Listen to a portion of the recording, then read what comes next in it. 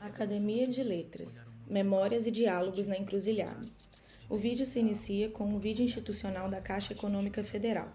Há pequenos vídeos que intercalam ao longo da narração. Há imagens aéreas de uma floresta, um menino nadando no rio, imagens de diferentes indígenas que usam pintura no rosto e nos corpos, vídeos de diferentes plantas, frutas e animais e pessoas vivendo diversas situações dos cenários diferentes que vivem os brasileiros. No canto inferior direito está a intérprete de Libras, que traduz simultaneamente tudo o que é falado.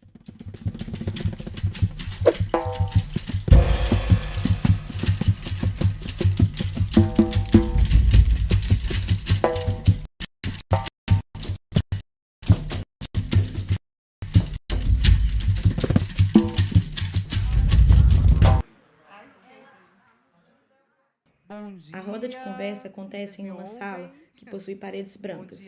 Possui duas janelas de madeira do lado direito e do lado esquerdo de tom azul escuro. Cadeiras foram dispostas na sala destinadas à plateia. No fundo da sala, encostado na parede, está um grande banner do terceiro Flip Paracatu, com seu tema e design em tons de amarelo, roxo, vermelho, branco e verde. No banner à direita, há um quadro branco com as logomarcas dos patrocinadores do evento. E acima, há uma televisão que transmite ao vivo a imagem dos intérpretes de Libras, que traduzem simultaneamente tudo o que é falado.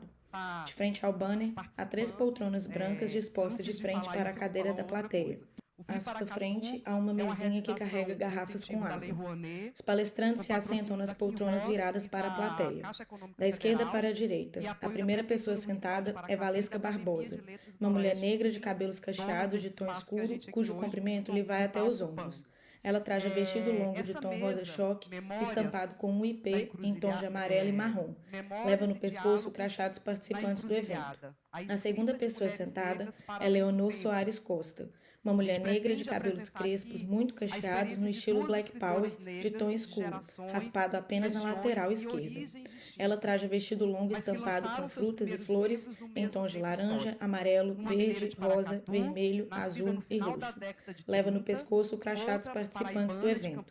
A terceira e última pessoa sentada é Benedita dos Reis Soares, uma senhora negra de cabelos muito cacheados de tom escuro, cujo comprimento lhe vai até as orelhas. Ela traja camiseta bege estampada em tons de laranja, verde e marrom e calça preta.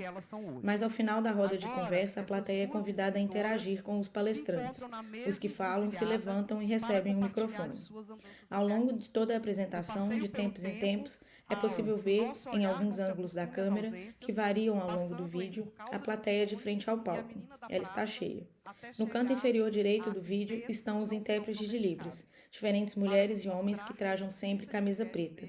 Estes intercalam ao longo do vídeo. Eles traduzem simultaneamente tudo o que é falado. Também no canto inferior direito do vídeo, lê-se Terceiro Flip Paracatu. Benedita dos Reis Soares Costa, minha mãe, nasceu em Paracatu em 9 de novembro de 1939. Graduada em Pedagogia pela Faculdade de Ciências, Letras e Filosofia de Patos de Minas, é professora aposentada em Paracatu e Brasília, admitida por concurso público nas duas cidades. No exercício do magistério em Paracatu, trabalhou na função de inspetora escolar e diretora da Escola Estadual Antônio Carlos. É autora de 3 livros, Passeio pelo Tempo, Por Causa de um Sonho e A Menina da Praça. É membro da Academia de Letras do Noroeste de Minas, com sede em Paracatu, ocupando a cadeira número 22. Mãe de 5 filhos e avó de 8 netos. Valesca Barbosa é de Campina Grande e mora em Brasília desde 2000. É mãe de Morena, escritora e jornalista, especialista em estratégia de comunicação, mobilização e marketing social na Universidade de Brasília. Em 2021, idealizou o encontro Júlio das Pretas que Escrevem no DF, que, a partir da 2ª edição, passou a fazer parte da programação do Festival Latinidades. É autora de Que o Nosso Olhar Não Se Acostume às Ausências e IPs Não São Domesticáveis. Desde 2022, apresenta o Quilombo de Val, na TV comunitária do Distrito Federal. Bom, acho que agora a gente...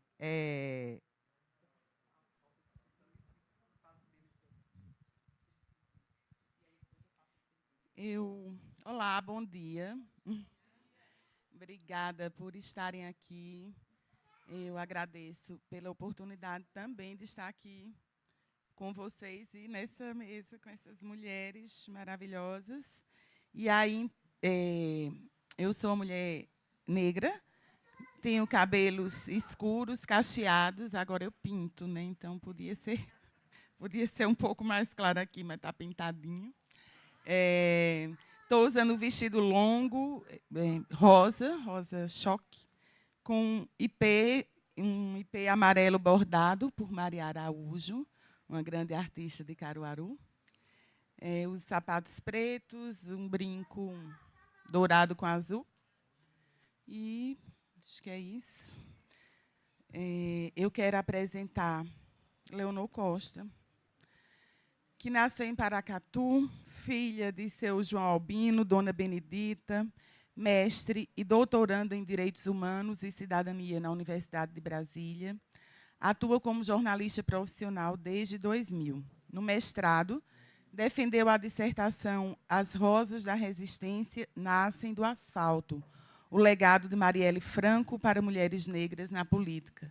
No doutorado, segue com os estudos nas áreas de política, relações étnico-raciais, feminismo negro interseccional e movimentos negros. Nesse percurso acadêmico, a Escrevivência Preta é o seu guia. Atualmente é jornalista no Instituto Socioambiental, ISA, onde trabalha com a pauta climática e com direitos de povos e comunidades tradicionais. Moradora de Brasília desde a adolescência, Paracatu deu régua e compasso a essa mulher, que é mãe de 2 meninas negras, Safira e Naomi.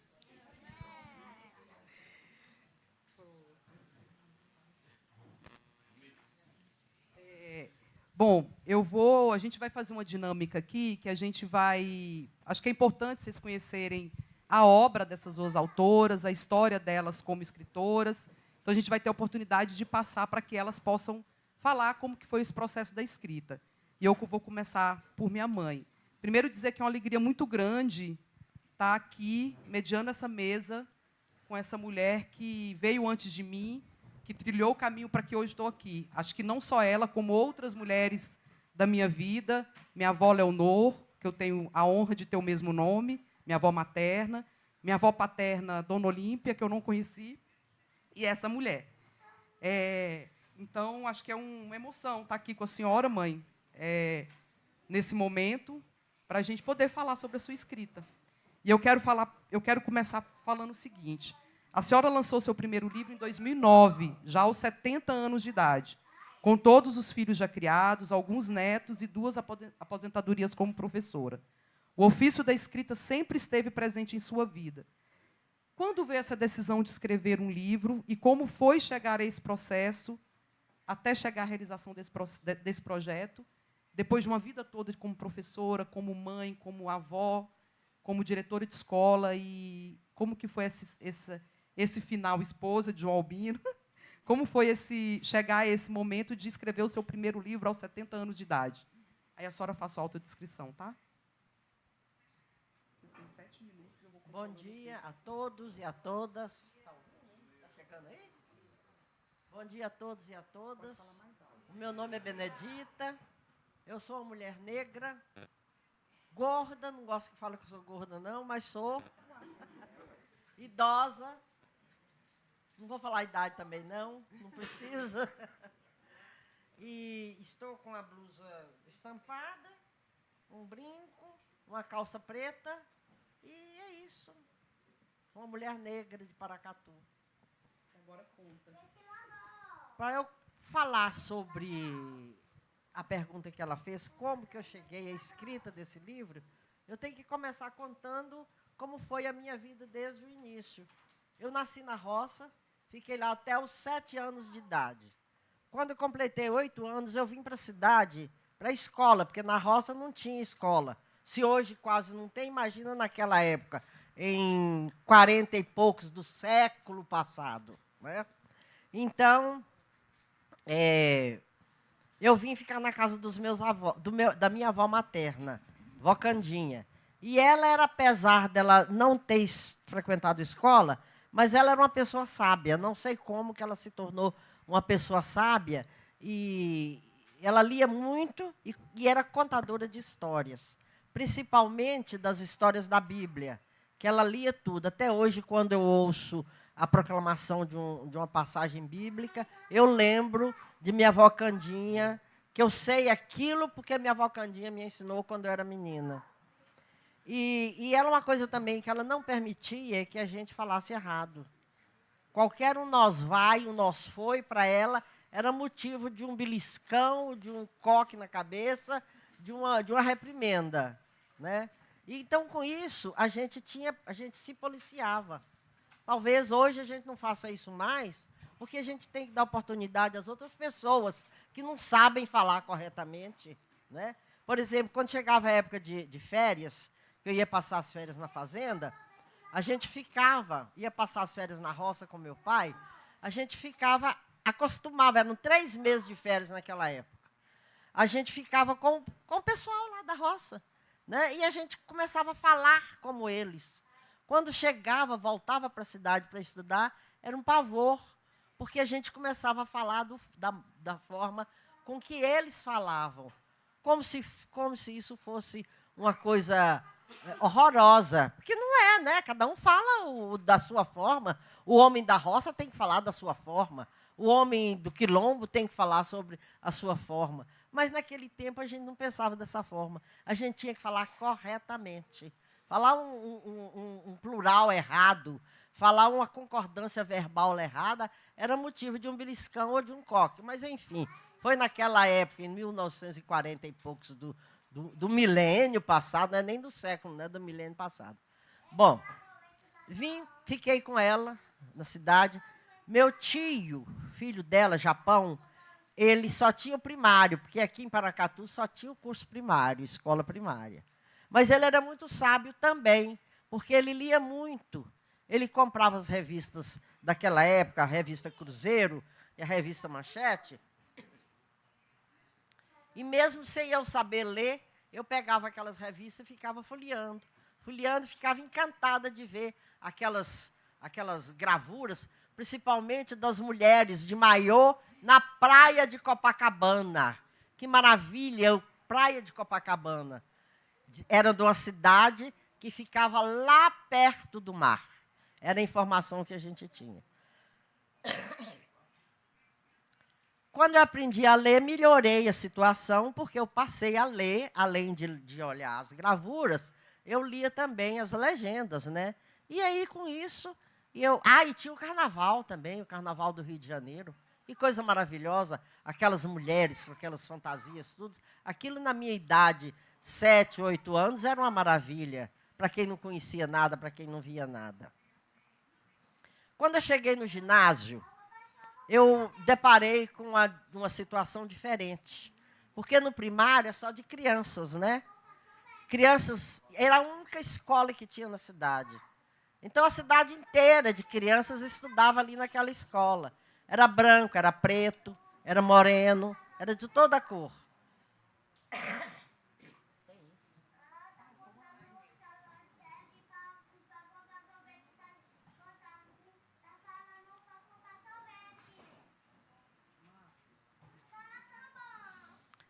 Então, no primário, eu não senti diferença nenhuma quanto a isso. Mas quando chegou no ginásio, o ginásio era para pouca gente. Só tinha uma turma de meninas e uma turma de meninos. As meninas na 5ª série, naquele tempo era a 1ª série do ginásio, que significa o 6º ano hoje. Na 5ª série devia ter umas 30 meninas. A única menina preta era eu. Eu cheguei ali, no primário eu não tive esse problema, porque é tudo... E criança não sentia essas diferenças, né? Criança não sentia essa questão de diferença, de racismo, nem nada. Criança, ela é humana. Ela não desumanizou ainda, né? À medida que ela vai crescendo, a vida, a convivência com as pessoas, com os outros, não sei se eu estou falando certo, me desculpe se eu estiver errado, a pessoa vai se desumanizando. Então, quando eu cheguei no ginásio, eu já comecei a sentir assim, uma certa rejeição de algumas. Mas como eu era boa em português, a professora de português era considerada, para vocês não lembram, mas para os mais antigos, ela era considerada o cão, porque ela reprovava mesmo. E eu não sei por que cargas d'água eu era boa em português. Eu acredito que foi por causa da leitura e da minha avó, né? Eu lia muito e ela exigia, né? Então, eu fazia questão de ser boa e aprendia com facilidade as coisas que ela ensinava. Com isso, eu fui me desenvolvendo, né?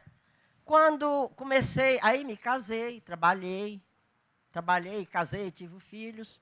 Aposentei aqui, fui embora para Brasília, aposentei lá também. Voltou para cá? Né? Voltei para cá. E quando eu aposentei pela segunda vez, eu fiquei sem ter o que fazer. E aí o que acontecia? Começava a surgir aquelas lembranças antigas do passado, das coisas que eu vivi desde a minha infância até aquele momento. E aquilo começou a incomodar. Incomodava. Então, para eu desincomodar daquilo, eu contava as coisas para os meus filhos, que já eram homens. Aí, um dia, um falou comigo assim, mãe, por que a senhora não escreve um livro contando essas coisas? Aí eu pensei, escrever livro? Ninguém vai gostar de ler, ninguém vai querer ler. Ué, a senhora não lê os livros que a senhora tem aí, que a senhora escreve e não gosta? De repente, alguém pode ler e gostar. E aí, então, surgiu a ideia de escrever. Eu tinha o assunto e sabia escrever. Então, foi aí que saiu o meu primeiro livro, que é Passeio pelo Tempo. Está respondido?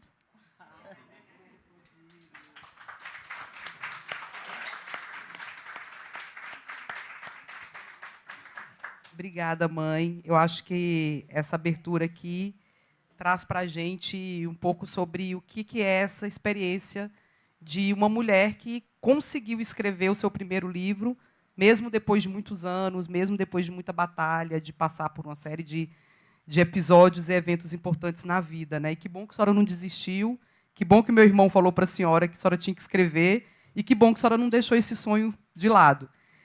Valesca, acho que a gente abriu aí com as memórias, né? Seu primeiro livro, Que o Nosso Olhar Não Se Acostume às Ausências, eu acho esse nome belíssimo. Também traz uma série de memórias da sua vida, de pessoas que fizeram parte da sua vida e que também te ajudaram a se constituir essa mulher que é hoje, né? E eu queria que você trouxesse para a gente o que reflete no espelho de Oxum dessa mulher negra jornalista, escritora, mãe, nessas histórias que você traz nesse seu primeiro livro.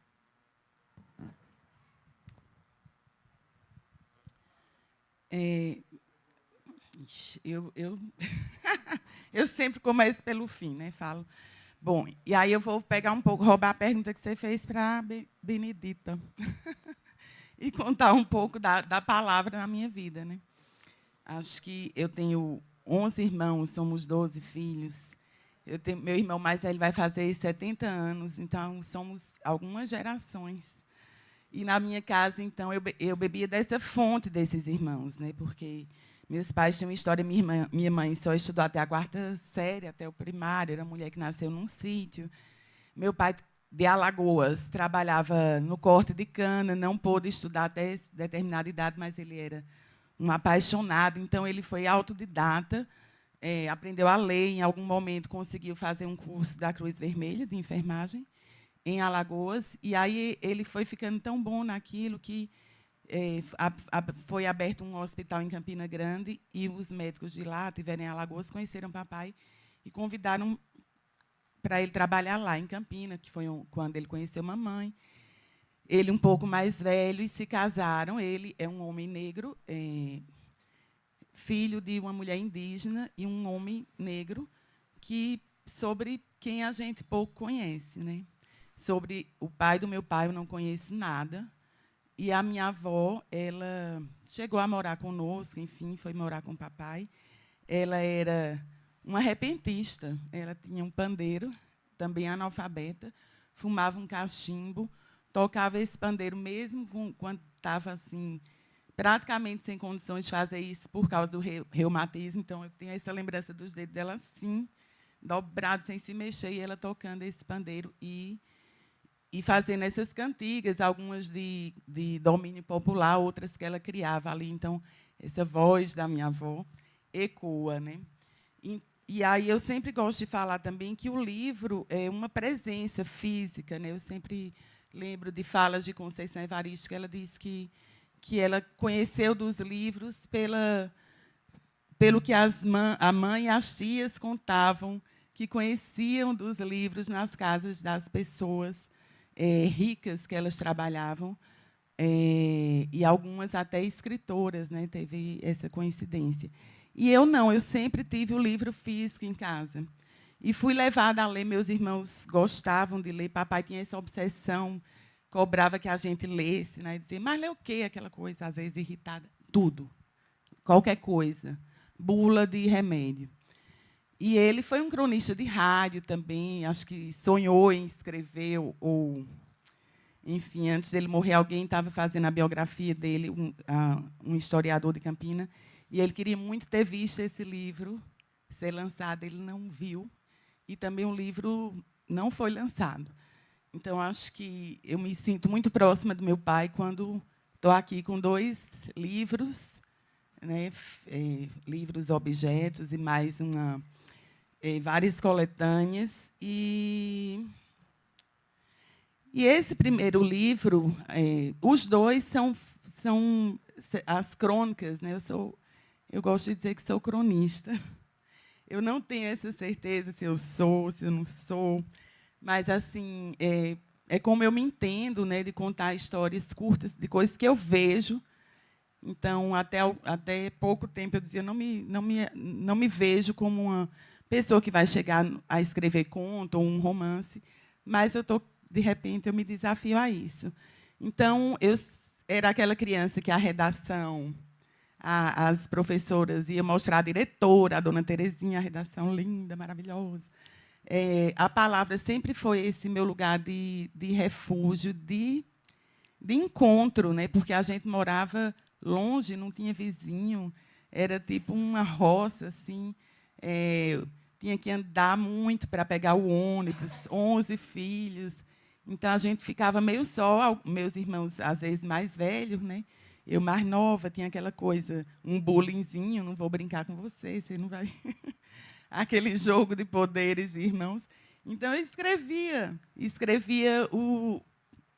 a notinha, escrevia o diário que é tão importante, né? Que a gente tem aí o Diário de Carolina Maria de Jesus, que nos permite entender aquilo que ela viveu, essa paixão pela palavra, essa dor da fome, sobretudo de uma mãe que tem que alimentar filhos. E eu, às vezes, tenho falas para estudantes, e eu sempre digo, né, como seria importante para um adolescente agora, nesses tempos, tanto de telas, que eles escrevam, que isso ajuda a se entender, e que o diário a gente está falando de memória, de tempo, é o que permite que a gente consiga entender e até lutar contra certas coisas a partir das vivências. A gente costuma cultuar muito o diário de Anne Frank, que é uma leitura obrigatória, mas a gente tem o diário de Carolina Maria de Jesus, que fala tanto do Brasil, e de um Brasil que está aí hoje, porque 33 milhões de pessoas passam fome no Brasil hoje. Então, foi escrevendo. Como é que está meu tempo? Ai, Jesus, olha como é que eu sou. Foi escrevendo assim essas notas que eu fui tendo, nesse lugar da escrita, um espaço muito meu, né, muito próprio. Enfim, uma amiga, não sei, um lugar de confidência e de me entender, né, de me entender desde sempre ali. E aí eu fiz jornalismo, eu aproveitava oportunidades em que eu podia publicar, espaço de leitor em jornal, e fui alimentando ali aquele sonho, mas eu ficava, mas isso é é literatura, isso é relevante, isso é publicável, eu publico. Então, eu comecei... Aí eu vim para Brasília em 2000 e eu esqueci um pouco isso de escrever mesmo o meu diário, enfim. Mas, como Benedita diz, Dona Benedita, aquilo fica atormentando a gente, né? Você não escreve. Porque eu vejo, minha irmã diz que vê em forma de clipe, que está sempre transformando tudo em imagem. E eu vejo em forma de crônica, eu transformo tudo em texto, né? Estou ali sempre escrevendo. E não colocar aquilo no papel não me favorecia também, né? Então, teve uma hora que eu disse, precisa agora tirar essas coisas da minha cabeça. E aí um amigo criou um blog para mim, essa parte técnica mesmo, e disse assim, agora tu escreve. Agora tu escreve um texto por dia aí, bota tudo isso para fora, mata essa vontade. E aí eu fiz esse blog, que está no ar ainda, da www.umpordia.wb, de valescabarbosa.com.br, e fui escrevendo, então, o que eu chamo de crônica, outras pessoas chamam de prosa poética. Tom Farias, que é o prefaciador desse aqui, quando estava prefaciando, me escreveu e disse, você escreve o quê? Conto ou crônica? Eu digo, não sei, tu é o especialista, tu descobre e me diz. Então, aí, com isso de escrever o blog, começaram as cobranças do livro. E aí eu decidi... E aí vem toda uma parte de uma pessoa, de uma produção independente, se perguntar como é que eu chego num livro, encontros com editoras que foram malfadadas, várias descobertas, vários choques, várias dores, até que eu recebi um convite para ir participar da Feira de Livro de Frankfurt, em 2019. E aí eu tive aquele choque, eu disse, mas eu mais não tenho trabalho. Pelo seu trabalho, eu disse, mas que trabalho? O seu blog, né? Os textos do seu blog. E aí eu pensei, então eu vou precisar de um livro para ir na maior feira de livro do mundo. E aí a gente fez um livro em 15 dias, como dava. Ele já tinha uma seleção, enfim, tinha uma parte que estava pronta ali daquele começo do sonho de publicar. Mas eu contei com essa rede. Ele não tem essa capa, o primeiro, né, foi uma produção independente, saiu sem ISBN ali naquele momento. E lá em Frankfurt eu conheci um editor que depois, um ano depois, me contratou e fez essa reedição pela Arolei Cultural, de que o nosso olhar não se acostume às ausências. Então, essa seleção desse livro, porque esse também é de textos do blog, essa tem muita dor, muita raiva. Aí que eu chego na resposta da sua pergunta, o que é que tem nesse livro, né? Eu estava ali, eu já passei, né? Me dá mais um minutinho? E aí eu tinha me separado, meu irmão tinha morrido, eu estava numa descoberta assim, de coisas que eu não tinha descoberto ainda de uma forma tão visceral, tão na carne, que envolvia misoginia, abuso, violência, esse machismo, essa coisa do patriarcado, o dano e as dores que uma relação com os homens, mesmo, né, estruturalmente falando, nos causa como mulheres. E aí foi meio revolução, aí eu digo palavrão, né, nome feio, porque eu era proibida de dizer, minha mãe me deu um beliscão quando eu disse frescura. Aí minha amiga disse, mas nem ela sabia o que era nome feio, porque tu levar um beliscão porque disse frescura, que foi a primeira vez. Então, assim, são minhas pequenas revoluções, né? Tem alguns textos que são usados em oficinas e que são mais queridos, assim, de quem tem um contato com esse livro, que é Sou a babá da minha filha, eu tenho uma filha branca, né? Fui casada com um homem branco também. Como a minha mãe é branca, eu sou fruto de um casamento interracial, que hoje a gente conhece esse termo. Tem uma crônica chamada Deixem em Paz Nossas Vaginas. Hoje é Dia da Consciência Negra. E, então, é um livro que as pessoas trazem esse relato do impacto, né? Então, ele fala, sempre da perspectiva da mulher. É um livro que eu digo que é feminino, que é feminista, e que traz sempre a mulher, seja essa mulher eu, ou a mulher outra, que eu reconto suas histórias ou evoco memórias do que foi contado a mim. Obrigada. Obrigada, Val. Que bom. Que bom que você descontou sua raiva num livro com textos tão profundos e fortes e potentes, que você teve essa oportunidade de ir a Frankfurt e que te permitiu a fazer esse livro, que você consegue contar aqui para a gente hoje.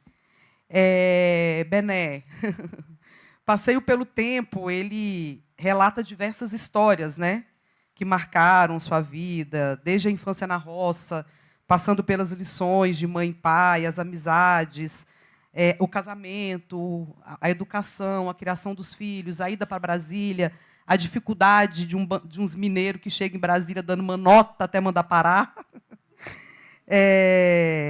Enfim, a perda, a chegada dos netos, a perda de um dos netos. De que forma essas histórias que a senhora traz nesse texto, nesse livro, constituíram essa mulher Benedita, hoje, já com 86 anos, não era para falar a idade, 85 anos.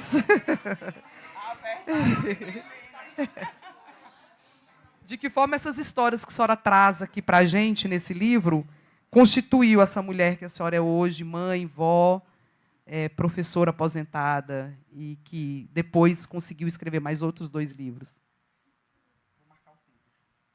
Bom, eu costumo dizer que a gente é o que a gente vive. A cada momento que passa na vida da gente, é como se fosse uma pedra ou um adobe na construção de uma casa, né? Aqueles acontecimentos, aquelas vivências, é que vão formando aquilo que a gente é.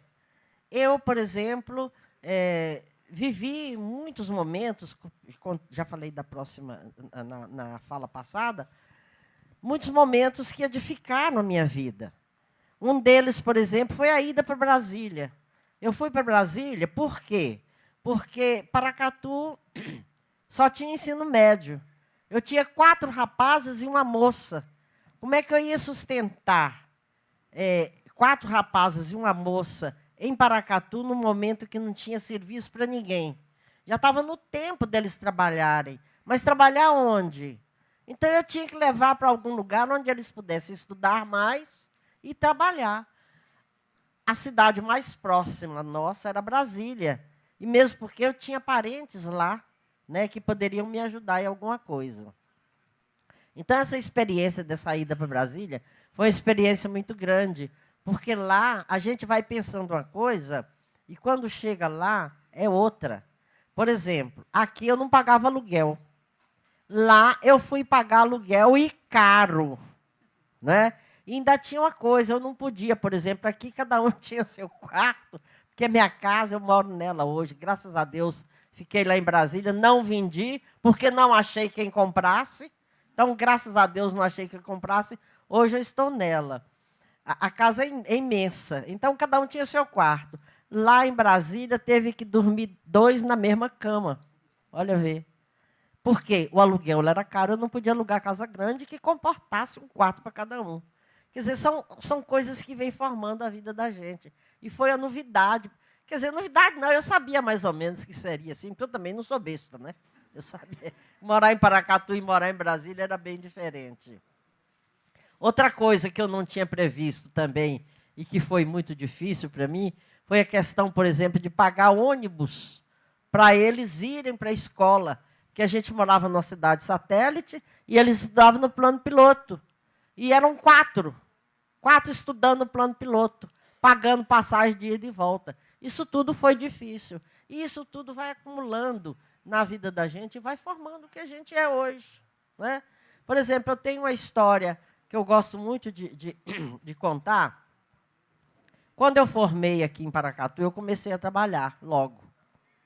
E como eu fui boa em português, como eu disse para vocês, eu era indicada para dar aula de português no ginásio aqui de Paracatu, porque eu não tinha professor habilitado em línguas. Aliás, não tinha professor habilitado quase nenhum. Quase todos os professores eram leigos ou advogados. Então, quase não tinha. A professora tirava licença Quem é que ia substituir? Era um ex-aluno do curso normal. E eu, como fui uma boa aluna, eu era sempre recomendada. Então, com isso, eu trabalhava demais. Trabalhava de manhã, de tarde, de noite. Se hoje o professor precisa de trabalhar para ganhar alguma coisa, imagina naquela época, né? Então, a gente que tinha alguma coisa, queria alguma coisa, tinha que ser assim. E, com isso, eu mudei para Brasília, como eu estava dizendo. Chegando lá, encontrei essas dificuldades. E eu tinha, logo quando eu comecei a trabalhar aqui, eu comprava livros. Naquele tempo, não sei se hoje ainda existe, existia um profissional que era vendedor de livros. Hoje não tem mais, né? Vendedor de livros. Eles iam nas cidades e passavam de casa em casa. E eu comprava tudo quanto é livro que tinha. E eu consegui formar uma biblioteca de mais ou menos uns 400 volumes.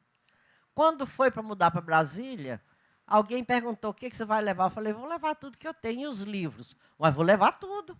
É o que eu tenho de mais valor, são meus livros. Eu tinha tudo quanto é coleção. As coleções Machado de Assis, aquelas enciclopédias caríssimas, Barça, Conhecer, Viradouro, aquelas, tudo eu tinha. Aí eu falei, vou levar meus livros. Encaixotei meus livros. Cheguei lá, mal tinha lugar para pôr os filhos. Onde é que eu ia pôr os livros? Punha debaixo das camas, nas caixas. Em qualquer lugar da casa tinha uma caixa de livro. Em cima dos armários, debaixo das camas, em qualquer lugar tinha uma caixa de livros. E um dos meus meninos era muito esperto. Ele pensou assim, mãe, vamos vender esses livros? Nós estamos precisando de dinheiro. E precisava. Porque não tinha, o dinheiro era para ir para passagem de volta, de ida e volta. Não tinham dinheiro para comprar um lanche. Eles não tinham lanche na escola. Saíam de casa às 7 horas, antes das 7, chegavam às 11 sem lanchar, porque não tinha dinheiro para comprar um lanche. Então, ele era muito esperto.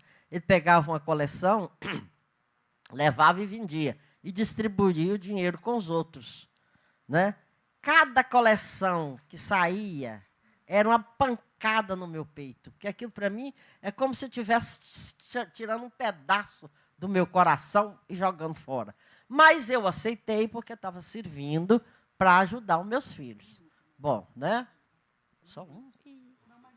Aí você me atrapalhou. Aí, sim, foi vendendo. Vendeu bastante. Quando chega mais ou menos uns 10 anos, que eu já era aposentada lá em Brasília, nós mudamos para Águas Claras. Recebemos um apartamento que a gente conseguiu uma cooperativa habitacional, recebemos o apartamento, deixei de pagar aluguel, melhorou a situação, não precisava mais de vender os livros, ainda sobrou alguns, eu levei para Águas Claras. E eu já estava aposentada, não tinha o que fazer, ia passear no metrô de Águas Claras.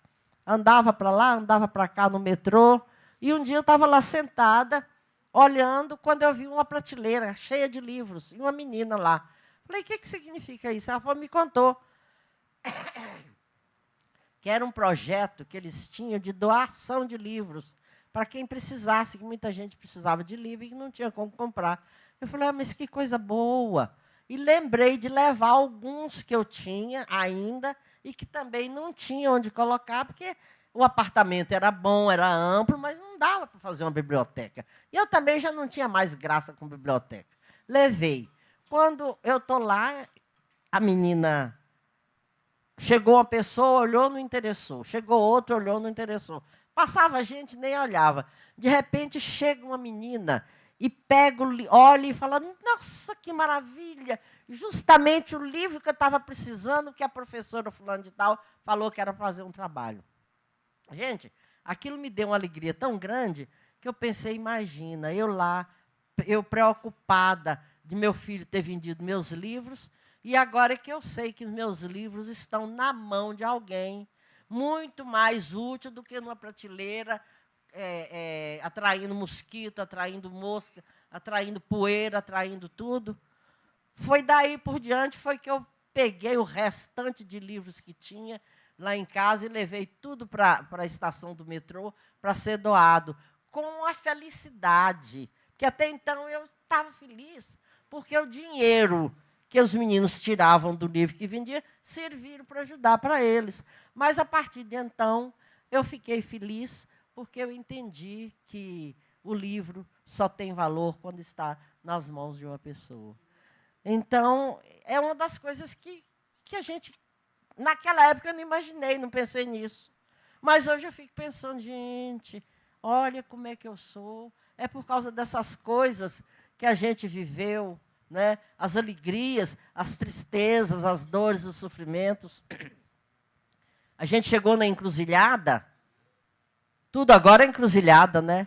Nós chegamos na encruzilhada. Quando saiu essa história de encruzilhada, eu falei, meu Deus do céu, encruzilhada que eu conheço é quando a gente ia para a roça, andando a cavalo ou a pé, chegava num entroncamento, numa encruzilhada, a gente tinha que tomar uma direção. Agora vocês me veem com encruzilhada em literatura. O que tem a ver uma coisa com a outra? Mas aí eu fui entendendo que tem que ver, sim, que encruzilhada é justamente um momento em que a gente toma uma decisão, ou certa ou errada. Mas você tomou uma decisão e seguiu aquele caminho. Lá adiante, você viu que o caminho deu certo, você continua. Quando você vê que ele não dá certo, você volta para a encruzilhada para pegar outro caminho.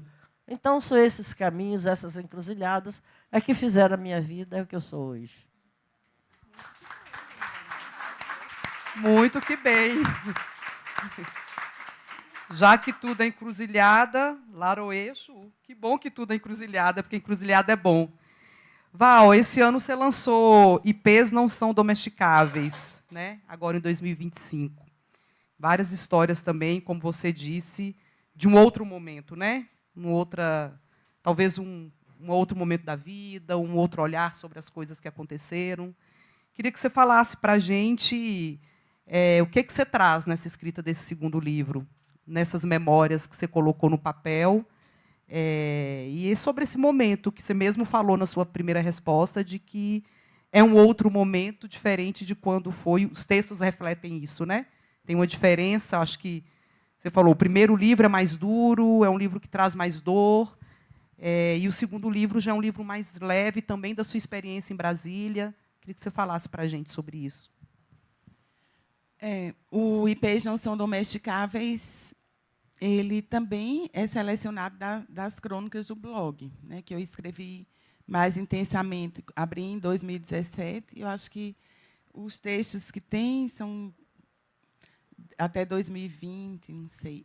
Ele ficou pronto, também nesse lugar de escritor independente, então, diagramei, fiz a seleção, mas não publiquei, né? Fiquei num limbo ali. Fiz uma pré-venda, que foi como eu consegui fazer a primeira edição do primeiro livro, para pagar algumas coisas eu ganhei, né? O projeto gráfico, a ilustração da capa, mas eu precisava imprimir. E aí eu fiz essa pré-venda, consegui imprimir. E aqui, esse IPs Não São Domesticáveis também seria isso. Só que eu meio que travei, o livro ficou ali por anos, né? 3 anos. Desde 2022. Então, a editora Natália Aniceto, da Avá, que é uma editora de Brasília, disse, eu queria te contratar, queria que você publicasse aqui com a gente. Eu disse, então, vamos fazer um que existe, está meio emperrado, precisa vir para o mundo.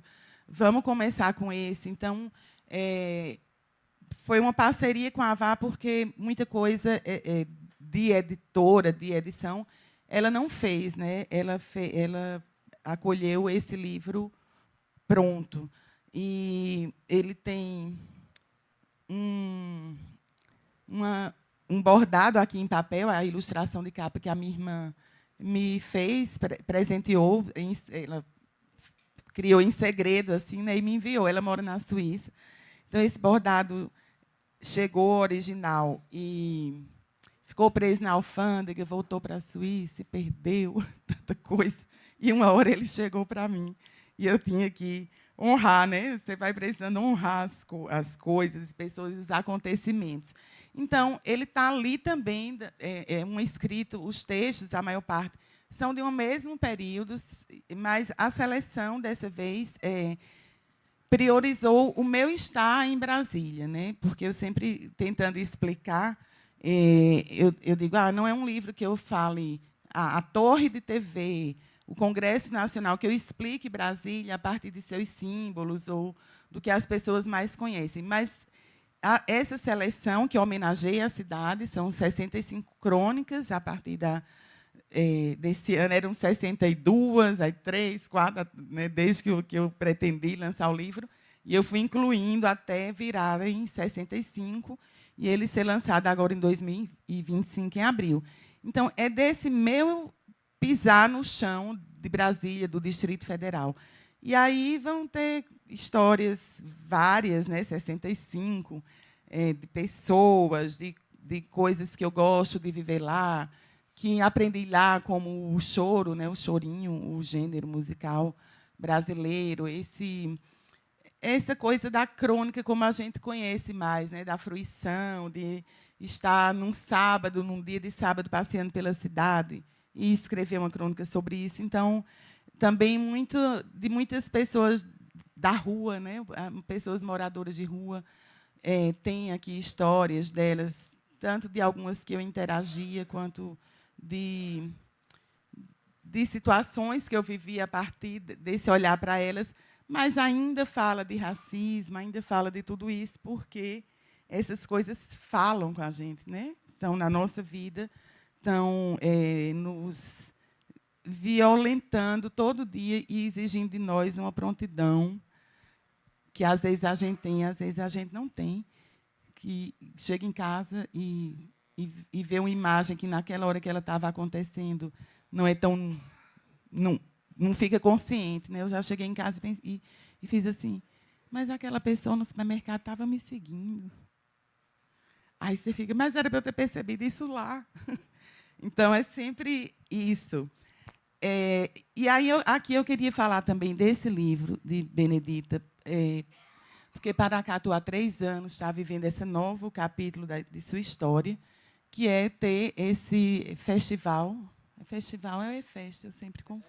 Festival literário. E que eu vim, né, desde o primeiro ano, como plateia. Hoje eu pude sentar aqui nessa mesa da programação local, que bom.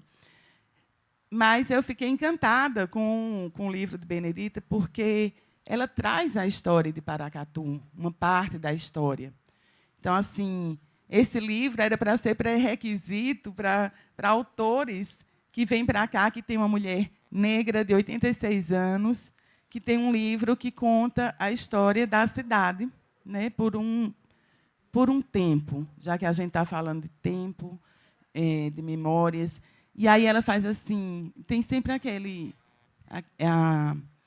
lugar que ela diz, mas isso acabou, e se a gente não vive mais, e se a gente não tem mais? Tem essa saudade. E aí, observando aqui, andando pela cidade, ouvindo, né? Ouvindo ali, sem as pessoas saberem que eu estou ouvindo aquelas histórias que chegam, os diálogos das vidas acontecendo e que a gente está passando e escuta. Então, eu tenho observado que a festival tem criado essa nova memória para a cidade, para as crianças. E eu vi comentários assim, e vejo o orgulho de quem é da terra, de participar, de saber que tem aquilo para fazer. Tem aquela dor quando acaba, né, aquela tensão pós-Fli Paracatu, como a gente tem em Campina Grande, quando acaba o São João. E agora? O que é que eu faço agora? Né? Para onde eu vou? Então, acho que é importante, é um evento que está criando novas histórias, memórias, nova relação com a leitura, tanto para as pessoas que estão aí, quanto as mais velhas, quanto as que estão precisando desse apoio para a formação em literatura, em leitura, em entendimentos e enxergamentos de seu próprio território. Aí, nesse sentido, desse encontro aqui com Benedita, e do tema dessa mesa aqui, dessa conversa, eu queria ler desse livro uma crônica que chama O Reconhecimento. Porque, quando Leonor estava nos preparando, e como ela falou aqui no começo, ela fala, uma mulher de 86 anos, outra que nasceu no fim da década de 70. E aí, como é mais que estão escrevendo hoje, que estão sentadas aqui, nesse mesmo espaço-tempo, e me evocou essa crônica, que é O Reconhecimento. Uma vida as separa. Talvez dê uma vida. A diferença de idade entre as duas. E uma vida as une. Uma identidade, uma saga, uma verdade. São mulheres. Em uma ponta, uma supõe. Na oposta, a outra tem certeza. Em uma ponta, uma brinca com o tempo. Ainda crê que ele não falha. Nem há de faltar. Na oposta, a outra tenta não pensar que a maior parte dele ficou para trás. Em uma ponta, uma sonha com o amor. Na oposta, a outra revê suas escolhas. Conclui que não precisava ter se fechado tanto, ter se trancafiado com as chaves do medo. Por trás das grades da negação, em uma ponta, uma cata encontros. São pedrinhas soltas. Queria montanha, mas não encontra eco, só intermitência. Na oposta, a outra daria tudo para voltar. Ser mais maleável, acolher quaisquer falsas esperanças, amar como se não houvesse amanhã. Nem que fosse por um dia, que mal poderia fazer, porque deu tanta importância. Numa ponta, uma fala sobre desaprendizados, dá conselhos, sabe a teoria, mas é arrebatada pela prática de uma relação inconclusa, gangorra. Sobe com sua fé na vida, volta ao chão sem alegria. Na oposta, a outra não brincou, ignorou os parquinhos, fez da vida campo minado.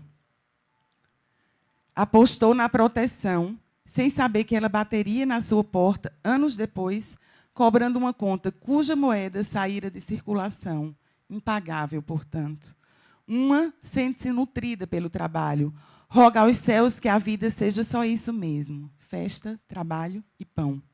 Qualquer outra missão se torna penosa, faz com que desacredite da própria capacidade de gerenciar burocracias.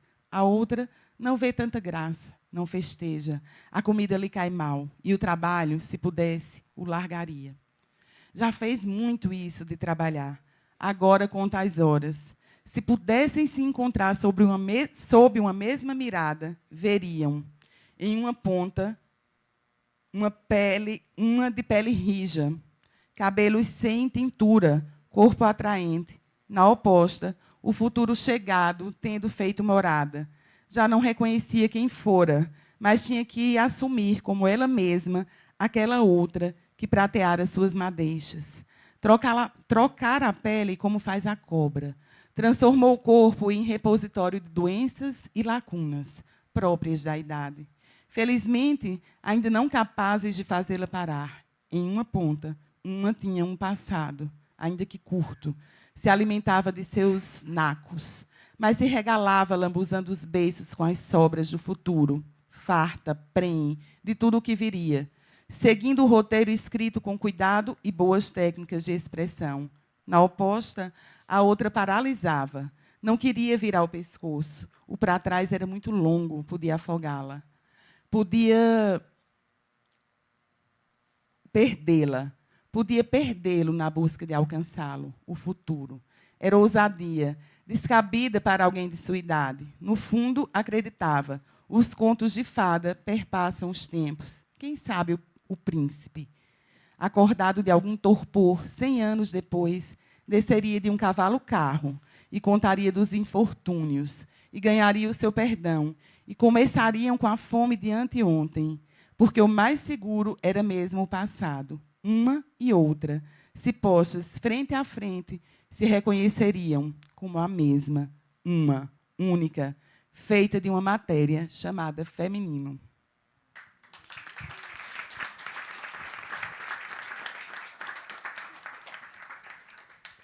Texto belíssimo. Obrigada, Valesca. A gente está com o tempo aqui apertado, mas ainda temos mais um tempinho de conversa ainda.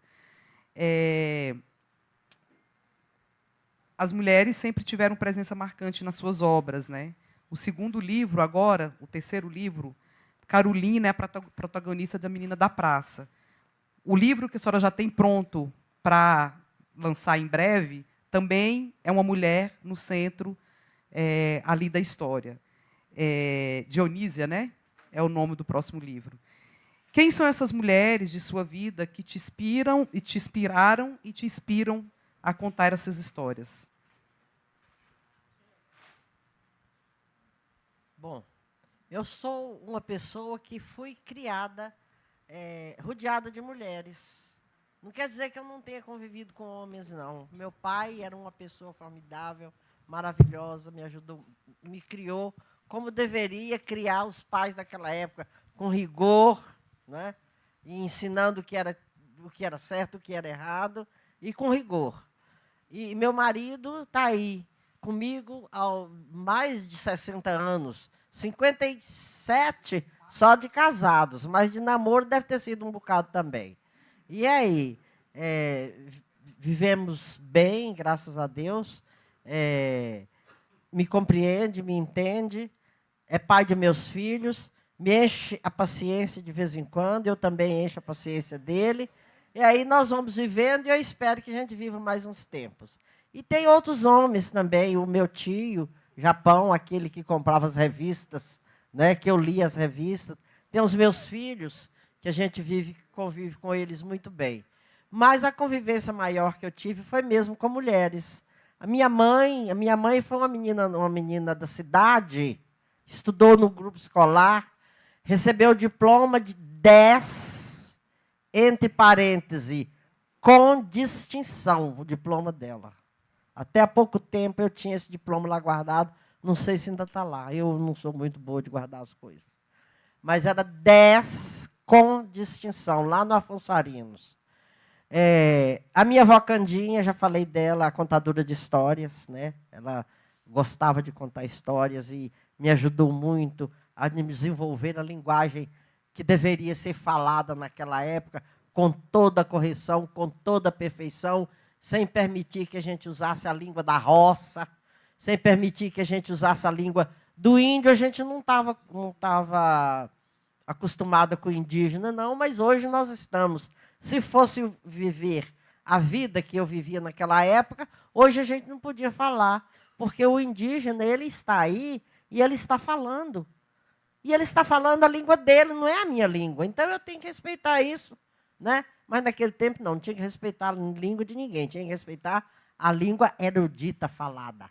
Talvez seja ainda, porque nós ainda estávamos muito entrosados, mergulhados no processo ainda de colonização, né? Porque a colonização é assim, ela chegou e a gente tinha que aprender o que eles trouxessem. O que a gente tinha não valia de nada. Então, graças a Deus, isso já está mudando, já não é assim mais. Hoje nós estamos respeitando a língua do caboclo sertanejo, estamos respeitando a língua do indígena, estamos respeitando a língua de qualquer pessoa, desde que ela comunique. É claro que a gente tem que lutar pela escrita correta e pela fala correta. Mas quem não tem escrita correta, quem não tem fala correta também, tem o direito de comunicar conforme ele é capaz de comunicar. Bom, eu estava falando de quê? Das mulheres. Minha avó Candinha. Depois de minha avó Candinha vieram minhas professoras. Eu falei com vocês da professora de português do ginásio, né? Que comecei a sentir um pouco de discriminação, mas como eu era excelente em português, eu conseguia ser uma das tais, apesar de ser preta, a única menina preta da sala de aula, eu conseguia ser alguma coisa importante. Por quê? Porque eu era boa em português. Enquanto uma colega minha lutava para tirar um 5, que era a média que dava para passar de ano naquela época, eu tirava 7, 8, 9. Eu era mandada pela professora para escrever no quadro, para as alunas copiarem aquilo. E assim vai. E a minha professora de português também do curso normal, excelente professora, que me mergulhou na literatura.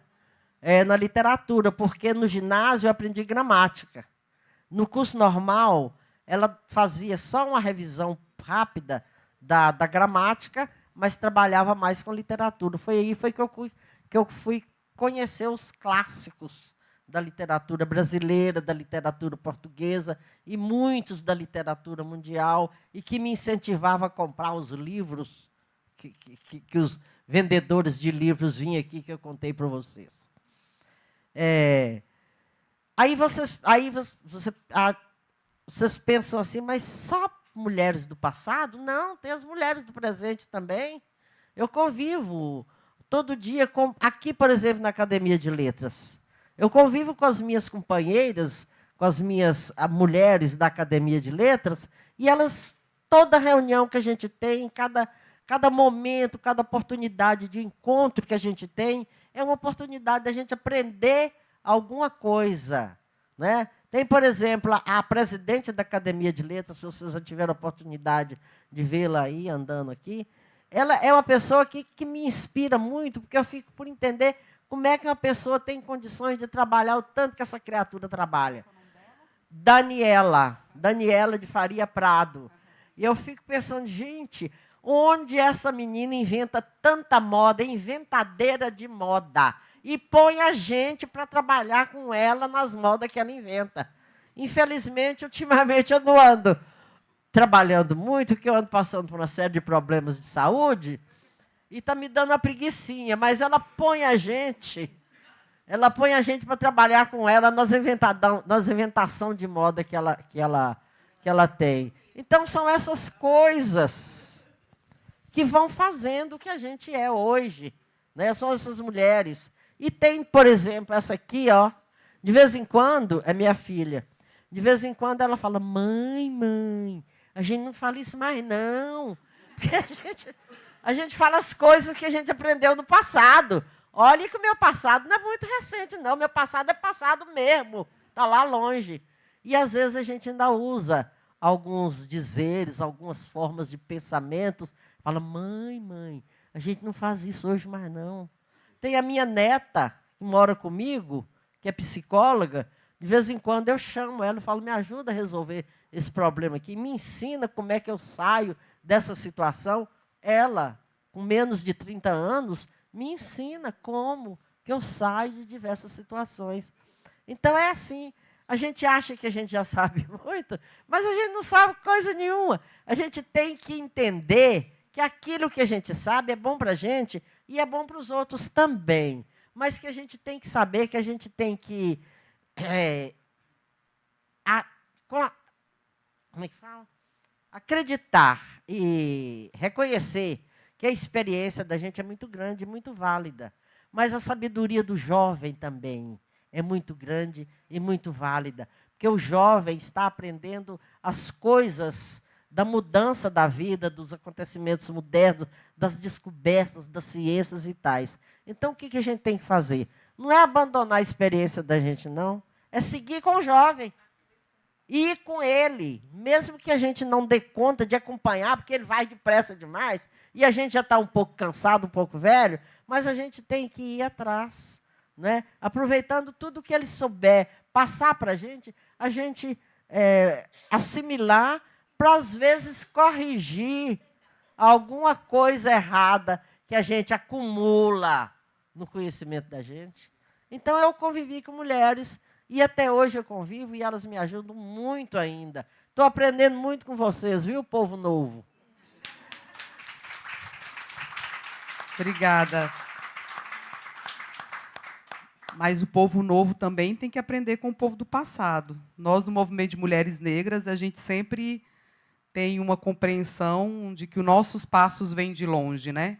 Tanto que a gente saúda as mais velhas, quando a gente está no lugar, a gente pede licença às mais velhas, mas também saudamos as nossas iguais, porque as nossas iguais também precisam ser reconhecidas e valorizadas. Então, acho que é como o símbolo do Sankofa mesmo, né? Que, inclusive, está aqui? Aqui, que é o pássaro olhando para trás. Então, é isso. Acho que a gente precisa pensar no futuro, aprender com os jovens, mas os jovens também sempre têm que olhar que muitos vieram antes e construíram isso tudo que está aqui, para a gente estar aqui podendo falar isso tudo hoje, né? Bom, a última pergunta para você, depois eu vou fazer uma outra pergunta para vocês duas, para a gente encerrar. Tentar ser mais breve aqui nesse próximo caminho, mas temos tempo. A gente falou de encruzilhada, né? O tema desse festival é literatura, encruzilhada e desumanização. E acho que é muito bom, né, a gente ter um festival com esse tema posto, pensando na encruzilhada como um lugar bom, um lugar do sagrado, um lugar em que a gente consegue referenciar e respeitar a nossa ancestralidade, né? E eu acho que respeitar o lugar que você está pisando é muito importante, nessa perspectiva de que outros vieram e construíram legados para a gente. E a encruzilhada, para a gente, é isso. É espaço de sagrado, é espaço de diálogo, é espaço de confluência. Não é o espaço ruim, viu, gente? Isso foi a colonização que ensinou para a gente que encruzilhada é coisa ruim, mas não é não. Então, para a gente, nessa perspectiva do lugar do sagrado, do lugar do diálogo, da confluência, Val, quem foram as mulheres, escritoras negras ou outras mulheres, que te ajudaram nas encruzilhadas em que você esteve, para fazer as escolhas que você fez? Queria que você falasse dessas mulheres para a gente, ou escritoras, ou mulheres da sua vida. Eu cito as mulheres da minha família, a minha mãe, minhas avós, essas todas que me acompanharam, me ensinaram alguma coisa que eu ainda nem saiba que aprendi, ou que venha me chegando com o tempo. Que o nosso olhar não se acostume às ausências, traz uma crônica sobre a minha avó, que era rezadeira, né, que a gente chamava rezadeira, ela rezava mal olhado. E aí, cada dia, eu penso como é intenso, né, como é bonito, e como me ensina um pouco, me faz lembrar e me reconectar de alguma coisa que eu não sei, o fato de minha avó rezar mal olhado. E o jeito que ela rezava, e as pessoas iam na casa dela. E uma vez, numa oficina do SUS, ali no espaço do SUS de benzedeiras, eu tive um encontro muito bonito com minha avó, assim, nessa coisa do sagrado mesmo, né? Mas, na literatura, é um caminho que eu percorro, que eu aprendo, e que me chegou também de uma forma da ausência das mulheres, né? Então, as mulheres que não estavam, ou as mulheres que não estavam, que estavam pela oralidade, e aquelas que nunca puderam estar pensando, escrevendo, enfim, que tiveram que foram silenciadas, que foram invisibilizadas. É uma realidade que a gente tenta mudar, mas que ela existe ainda, né? Então, a gente está sempre resvalando entre um lugar e o não lugar. A gente tem a escritora Lília Guerra, que está aqui, em Paracatu, acho que ainda está, e esteve na Flip, como uma palestrante, como uma autora, recebendo todo o cuidado e as honrarias que aquele papel que ela estava exercendo ali mereciam. E aí ela é acusada de roubo pela pousada em que ela se hospedou. Conceição Evaristo diz, quando foi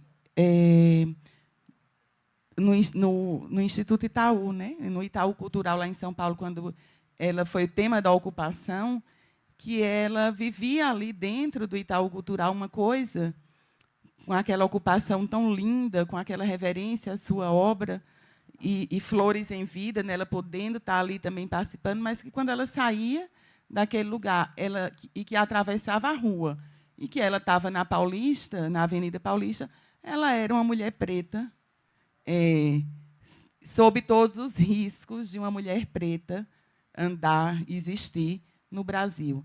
Então, naquele momento em que eu decidi publicar, enfim, que eu comecei a entrar, ainda né, um começo, essa minha vertente, a carreira literária, eu fui percebendo, por investigações, às vezes científicas, e outras não, outras denúncias de escritoras, como a própria Conceição Evaristo, como Maria Valéria Rezende, se perguntando cadê a mulher na literatura.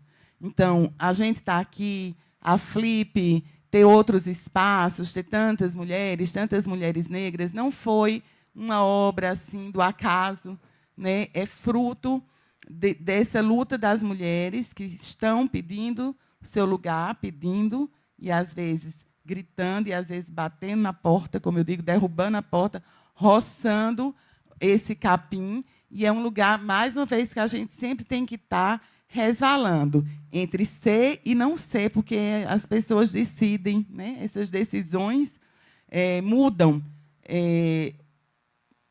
Te pedindo permissão, eu até quero contar que ontem Leonor... Posso? Porque a história não é minha, é dela, né? Sim ou não? Não?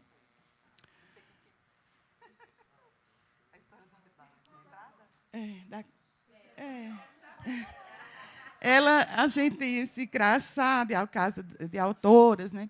E a Flip tem ali no centro, vocês devem ter visto essa casa, chama Casa dos Autores, e tal, que é um espaço onde os autores se encontram, se alimentam e tal.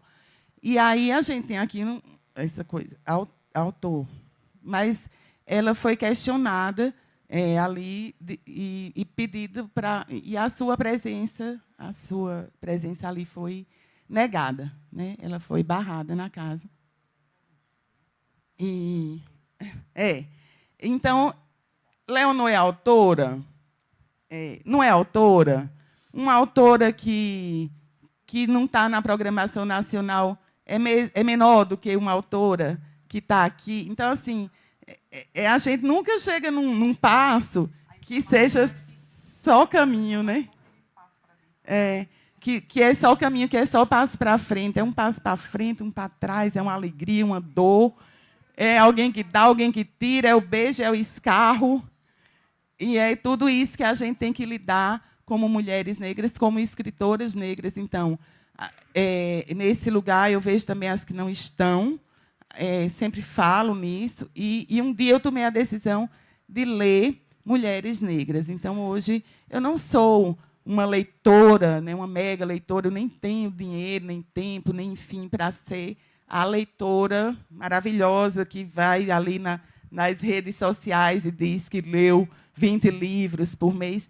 Mas eu acho que isso é um caminho também muito individual, que a gente tem que fazer sem tanta cobrança, né? Nossa dandara suburbana, Carolina Rocha, que também esteve aqui na programação, ela diz, numa entrevista, que todo pedestal é uma prisão.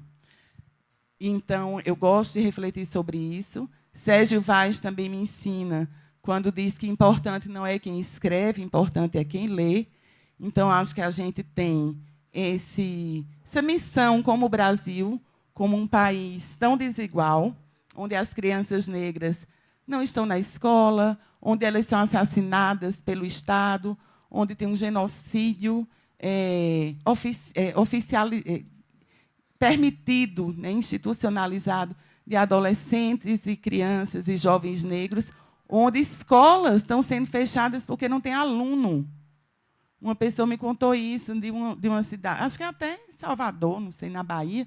A escola fechou porque dizem que não tem aluno. Cadê o jovem preto? Ele está morto. Ele está morto pela polícia ou está cooptado pela bandidagem. Então, a literatura, o fato de ler, de escrever, de publicar ou não, acho que requer também essa série de reflexões, e elas que eu trago respondendo à tua pergunta. E quero saudar Neide Rafael, nossa professora querida, aqui na saudação que a gente faz aos mais velhos. Uma figura importante de Brasília. Saudar também Marina Andrade, Marisa Andrade, que fazem parte desse coletivo que eu idealizei, Mulheres Pretas que Escrevem no DF, que a gente faz um encontro anual. Hoje somos mais de 70, ali num grupo que troca informações, que tentam estar juntas, participar de coisas, porque nessa trilha de me dizer escritora, eu entendi também que é um caminho que, embora seja solitário, porque tudo né, a gente é uma pessoa, então tem um lado ali que é assim, mas para mim não fazia sentido seguir sozinha. Então a gente se juntou nesse Ubuntu, né? Sou porque nós somos, e assim nessa junção possível, nessa coletividade, nesse aquilombamento de pessoas pretas que escrevem ali no Distrito Federal, a gente tem também dado esses chutes na porta, roçado esse mato e vivido essas dores e alegrias de ter essa coragem de se ver, se reconhecer como uma mulher preta que escreve. Maravilha. A gente agora está com um tempo bem curto, já recebi plaquinha de 10 minutos. Eu vou fazer uma mesma pergunta para vocês duas, e aí vocês já podem responder, já fazendo a despedida, a consideração final, tal. Mas só para rapidinho antes de passar, você falou de Marisa e de Marina Andrade, são essas duas escritoras negras que estão aqui. Mas eu queria contar uma história muito rápida. Elas escreveram um livro para a sobrinha neta delas, que chama Beatriz. E Marina veio lançar o livro dela naquela solidão daquele lançamento ali em cima, né, Marina? E eu falei, gente, vamos lá prestigiar a Marina e tal. E comprei o livro para a Naomi, uma das minhas meninas que estão aqui. Ela me pede para eu ler esse livro todo santo dia, e ela já decorou parte do livro. E aí eu tive a oportunidade de apresentar a Naomi. E ela assim, mas você conhece a pessoa que escreveu esse livro? Eu falei, sim, mamãe. Elas são minhas amigas. Ela, mas, mamãe, você conhece elas? Porque para ela é uma coisa assim, como que eu conheço alguém que escreveu o livro, né, que ela está lendo? Então, é isso. É importante a gente contar essas histórias, né, porque são duas pessoas que escrevem também nessa luta de produção independente e tal. Mas, para passar aqui para o final, para fechar, eu vou ser mais rigorosa no tempo. E aí você já faz a consideração, e eu já vou agradecer também todo mundo que está aqui presente, por estar aqui nesse sábado quente. Que bom que vocês vieram aqui. Acho que é isso, né? E convidar também as pessoas que vieram de fora para acompanhar a programação, essa programação belíssima do Fli Paracatu, para também conhecer os autores e as escritoras de Paracatu. Paracatu tem escritores muito bons, escritores, inclusive, com capacidade de estar debatendo qualquer assunto, né? Em qualquer lugar, em qualquer programação, seja ela qual for. Então, eu convido a vocês, quando a gente chega no lugar, é bom a gente conhecer o que acontece naquele lugar, né? Conhecer a história, procurar saber, se informar. Então, conheçam os escritores de Paracatu, conheçam os autores que aqui tem, né? Então, é um convite, a partir, inclusive, da fala que Valesca trouxe. Para fechar mesmo, enfim, duas escritoras independentes, que não têm, enfim, né, uma luta para conseguir escrever seus livros, pagam para escrever os seus livros, para publicar seus livros. E eu queria que, como nesse momento, vocês fechassem falando como que é esse lugar dessa escrita hoje na vida de vocês. Vocês pretendem continuar escrevendo mais? Pretendem continuar nessa luta de, mesmo com toda a dificuldade para publicar, seguirem nessa trilha aí? E como que é isso, né? Como que vocês veem esse momento futuro nessa escrita de tanta luta, né? De estar nesse lugar até um pouco solitário que Valesca traz também. E aí vamos encaminhando e fiquem com vocês. Bom, já vou agradecendo logo a presença de vocês. É uma alegria muito grande estar aqui e saber que vocês estão aqui para nos ouvir. Isso é uma honra, ó, de dar beijinho no ombro, viu? Mas eu pretendo continuar escrevendo, mesmo porque eu comparo a minha escrita, como, por exemplo, você amanheceu o dia cantando uma música bonita, que você gostou, que você gosta, mas você cansa de cantar aquela música o tempo todo, o dia inteiro. Não sei se acontece isso com vocês. Toda hora você está cantando aquela mesma música. Chega um momento que você tem que desfazer dela. São os pensamentos que a gente tem. Então, eu sei que eu não vou parar de pensar. Enquanto eu estiver pensando, eu vou ter que escrever, porque o pensamento vai enchendo a cabeça da gente, enchendo e incomodando. Então, você tem que escrever. Eu não sei dançar, tem gente que dança, tem gente que canta, tem gente que dá pirueta, tem gente que pinta para fazer como se fosse uma catarse. Não sei se a palavra está certa, não. Daquilo que está incomodando. Pode ser até uma coisa boa, mas a insistência daquela coisa boa incomoda tanto que a gente tem que se desfazer dela. Então, eu pretendo continuar escrevendo enquanto eu estiver pensando. Um abraço e muito obrigado pela presença. Obrigada, mãe. Obrigada, senhora. Com você, Val. Eu agradeço quem está aqui, quem vem nos prestigiar na manhã de sábado, às 11. As pessoas que eu não conheço, que eu conheço também. Joana, Dark, obrigada. Joana, que trouxe a gente na primeira excursão que a gente fez essa aventura, porque tinha Conceição Evaristo sendo homenageada na primeira edição da Fliparacatu, e ela correu, fez uma excursão e viemos tudo na van, sem saber o que era isso, como era isso.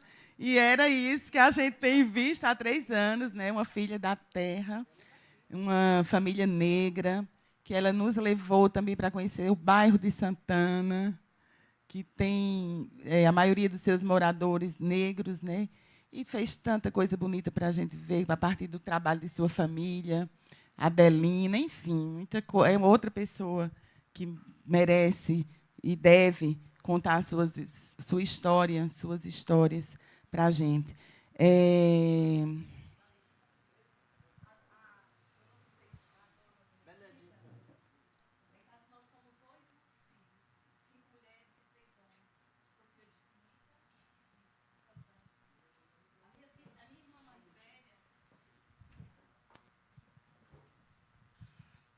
A dona Benedita contar uma história rapidinho. Eu sou filha de Civi e de Fiita, lá do Santana. Nós somos 8 filhos, 5 mulheres e 3 homens. A minha irmã mais velha, quando foi estudar na escola aqui, a escola falou que não tinha cadeira. A dona Benedita virou para minha mãe e falou lá na escola: eu vou pegar uma cadeira para a Maria Rita. A Maria Rita hoje é professora, ela aposentou no DF.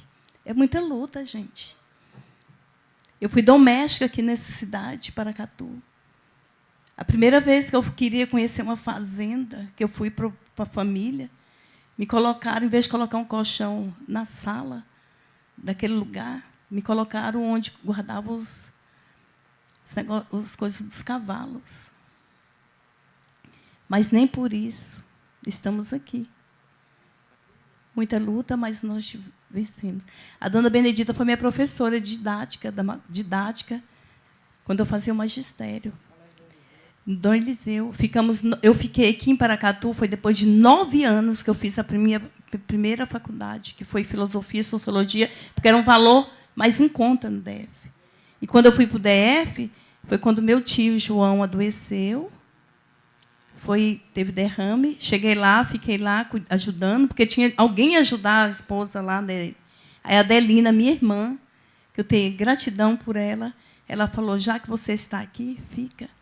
E hoje eu sou essa pessoa. Vou fazer quase 30 anos que eu estou dando aula, professora de Sociologia e Filosofia, e hoje eu trabalho na área do ensino especial. São muitas histórias, mas não para nos entristecer, mas para nos alegrar, porque a história faz a gente ser essa pessoa que eu sou, Joana Dark.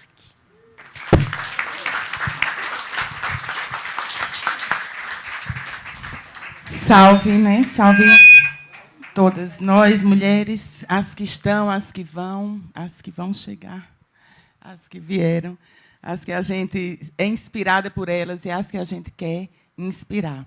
Então, com isso, com a fala tão importante de Joana Dark, eu me despeço de vocês, agradecendo pelas presenças, honrando as existências, e que a gente siga desfrutando da palavra, dos livros, da oralidade, e que o nosso olhar não se acostume às ausências.